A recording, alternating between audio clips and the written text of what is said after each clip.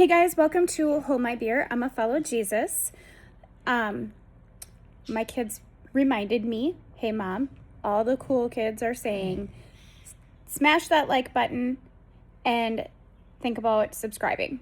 Or I would love it if you guys also subscribed. They probably say it different, but I am who I am. It's fine. So I just wanted to go over what I was reading in Joshua. I'm not going to read the whole chapter because, for one, that's a lot. For two, I can't pronounce the names. So, with that being said, chapter 9 of Joshua is the Gibeonites, I don't know, deceive Israel. So basically, what's going on is God has given the Israelites, the Jewish people, the land. That's their promised land. And God is like, all right, cool, and destroy the other nations that live there and get rid of them. And this land is yours, the land flowing with milk and honey. So these like different kings of the Hittites, the Amorites, the Canaanites, Perizzites, Hivites, and the Jebusites, who lived in the hill country in the western foothills along the coast of the Mediterranean Sea, as far north as Lebanon mountains. And these kings got together with their armies. And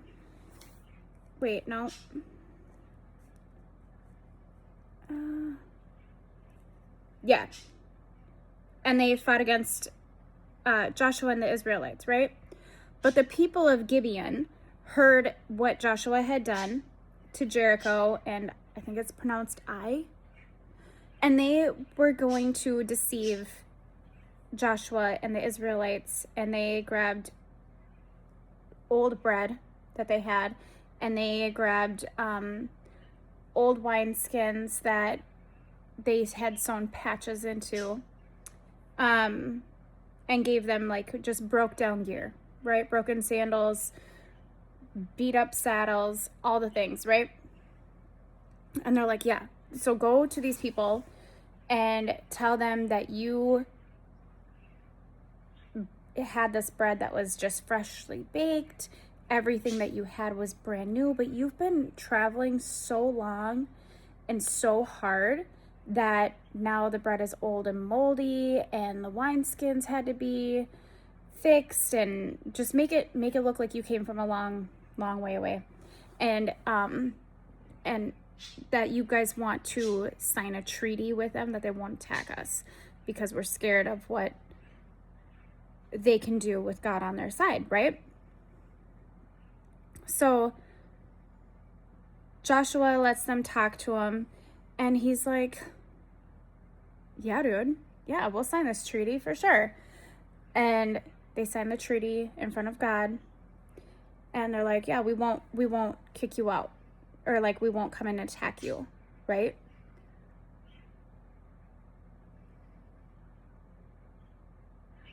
So then Joshua finds out, no, homie doesn't live hundreds of thousands miles away. No, they live up the block, right? And he still signed this treaty. So unfortunately, that treaty was not null and void. That treaty stayed standing, and they would have gotten a judgment from God had they gone back on their word, because they gave it in front of God, right? So you don't want to be a liar standing in front of God and be like, nah, these dudes lied to us, and so now I'm just gonna handle it my way. What's the point of this story? So the point of the story is how would they have known that these people were lying to them? Right? So if God talks to Joshua and he tells him what to do, why didn't Joshua go to God and be like, tell these people, like, I hear what you say, but give me a minute. I'm going to go talk to God and see what he says. Give me a minute before I decide whether I'm going to sign this treaty or not.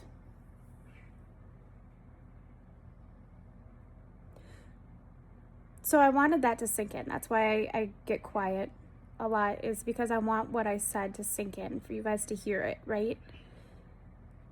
So it sounds like a no-brainer. Like, bruh, you didn't consult your God and you were like, oh, sure, I believe you. Let's just sign this treaty, right? Yeah.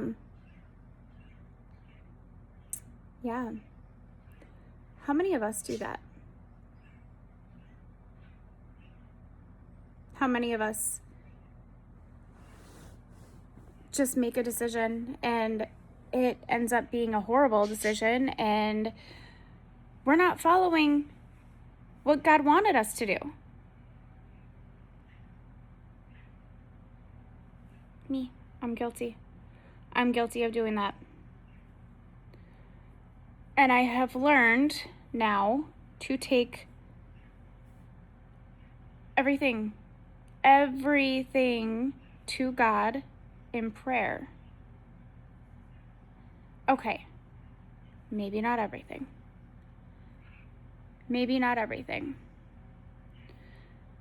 Like, if I'm going to my favorite coffee place, I don't say, hey God, should I have a mocha or a chai? Right? Like, it's a simple decision of what I like. But what I should start doing is, hey God, should I make this at home or stop at my favorite coffee place and get it? Is this where you want the blessing that you have given me to go? The blessing of the income that we have. Did you want me to buy a coffee with it? Or is there something better or something else that you have a plan for me to use that money for? I need to get better at that. Because America, right? Definitely a first world problem. Definitely. But if I'm out running errands or whatever, and I'm like, I could use some coffee or some caffeine, I'm just going to stop here. Instead of getting a soda for, what, $1.50, $2, whatever it is now.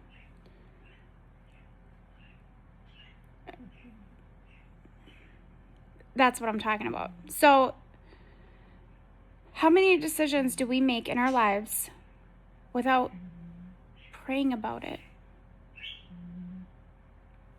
God, is this where you want me to go? God, is this what you want me to do? How many issues could we avoid if we just consulted him first? Right? I know I've stepped in many piles by not consulting him first.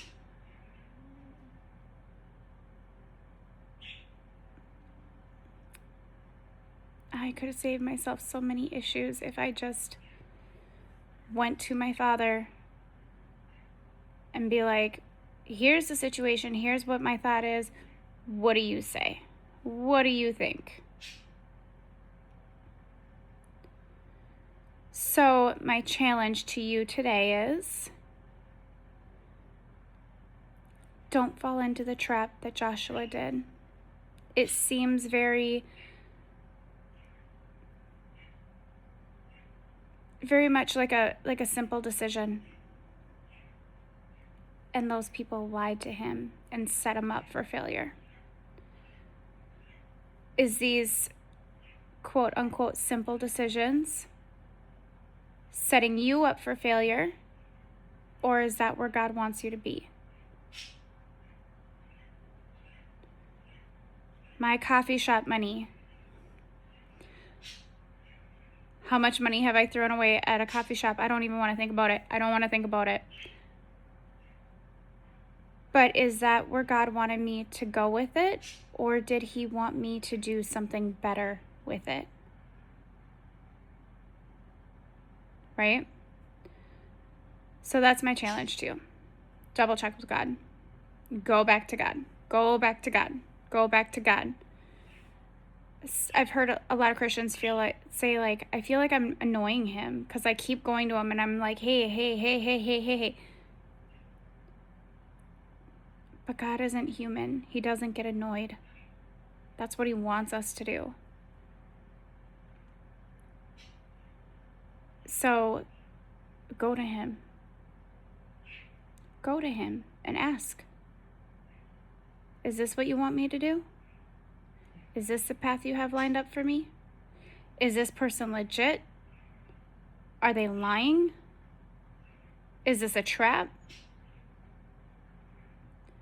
So, let me tell you guys a story. I did some changes to my front deck, right? I put up like corrugated steel along the bottom of my deck because I have 3 large dogs that are wild, and like lattice in theory is pretty, and it would like keep the chickens out from like digging up the dirt around the foundation and exposing the foundation and stuff like that, right? So I was looking for something to put around it, and I really like the look of corrugated steel. So I put that up, and then because I did this by myself, I didn't do it where it looks professional. I'm proud of the way it looks because of the time, effort, and energy that I put in, and I did it by myself, right? But there's some things that I wish I would have done differently. Oh well. That being said, I did hang up like hooks along where the bottom of my deck and the corrugated steel meet. So then I like winter or Christmas, I put up Christmas lights. Fall, I hang up pumpkins, and I put like battery operated lights in them or whatever. And then for summer, I put up lanterns. And they look cute, whatever, right? But I was looking, I wanted like the old school lanterns, like the really old lanterns that people used to use all the time. And I wanted to hang up multiple. So I put it out on Facebook that I was looking for them. And then I even went into like the store, it's called Another Man's Treasure, right? And like people bring like their old junk that still works and whatever, and like other people buy it. So almost like a consignment shop, right? For the most random. So I went in there and I was telling the lady what I was looking for. Can I leave my number? If people bring stuff in, call me and I'll come back and look at it and possibly buy it. Well, there was this dude that was there, and he looked sketchy. And I kind of got a vibe from him. But he's like, hey, actually, I have a storage unit back behind some old businesses in the part of town where not a lot of people go. if you follow me to my storage unit, I'll hook you up. Did I pray in that moment? Nope. Nope. I didn't. And I was like, oh, you said you got a really cool lantern? Let's go. So I'm like, okay, cool. I'll follow you there. Well, he took off right away, and whatever, I started following. But in that moment, I called my daughter.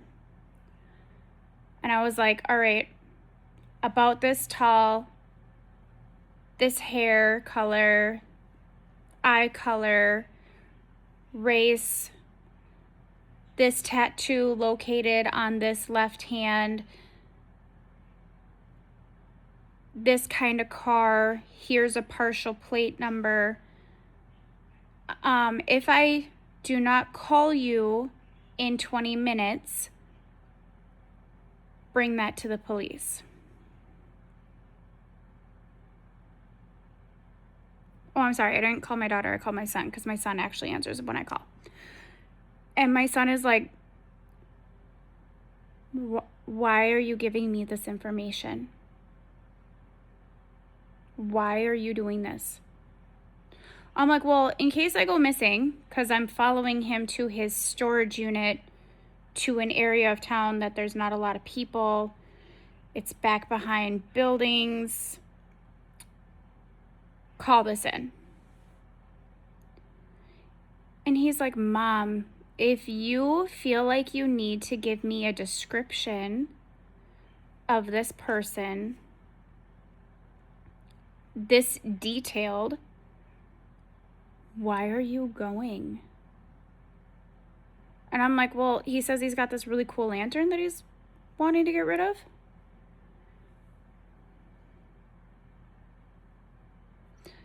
Dude, he's like, Mom, why, if you feel like this guy is sketchy, why don't you just have him meet you at like McDonald's where there's people? Why didn't you have him bring it back to the store? Why didn't you bring somebody with you? Why are you willing to risk your safety for a lantern to decorate your deck with?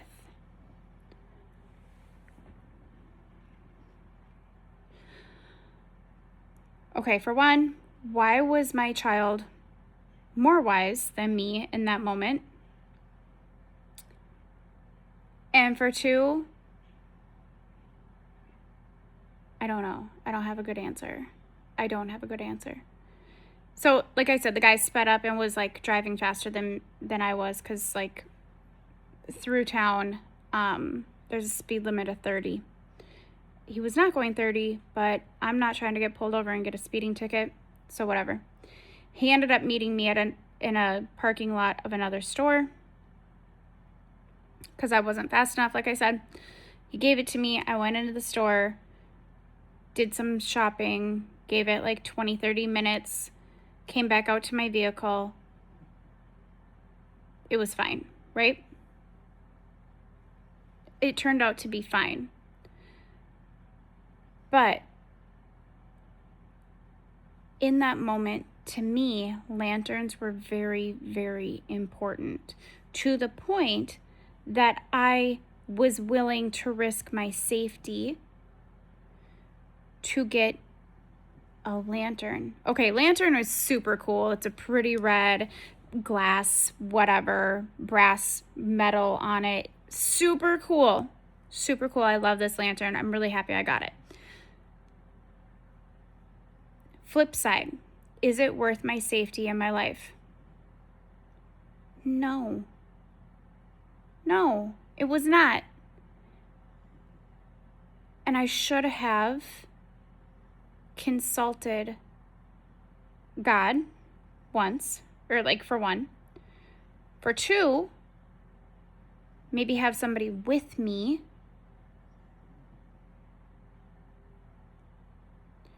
And follow other safety protocols that I know are important. And I threw them all out the window for a lantern.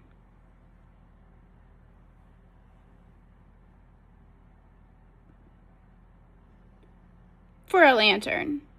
I just want to stress that. For a lantern. But my point of that is like, for me, it's a lantern. Does God really care if I get a free lantern? Like, why would he tell me not to do that? And like, it's a lantern. It's not a big deal. But again, it could have been. It could have been a big deal. It could have been a life or death situation. So I should have brought it to God. So that's my point, right, guys? Is like, don't just meet some sketchy person in like a deserted part of town to get a lantern when it could be your safety. It could have been a ruse. It could have been a trap. It could have been, I made myself an easy target. Bring everything to God. So that is my challenge to you. If you think it's not a big deal, bring it to God anyway, because it literally could be. So with that, you guys have a great day. And hold my beer, because I'm going to be following Jesus. Love you all.